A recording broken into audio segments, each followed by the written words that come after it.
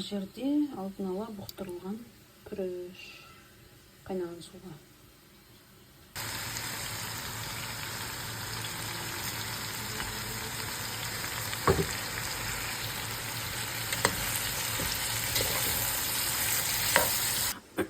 Так, бұл күрішті әбден таза суға жуып аламыз.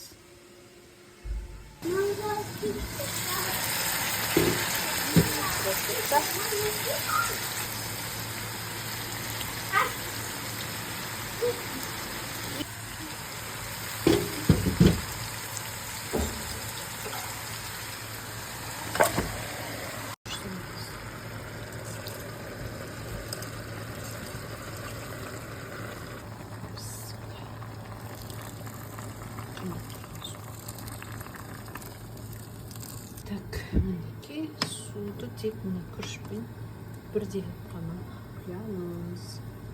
Қазір осы қайнайды, тартылғанша ұстаймыз, сосын 35 минутқа бұқтырамыз.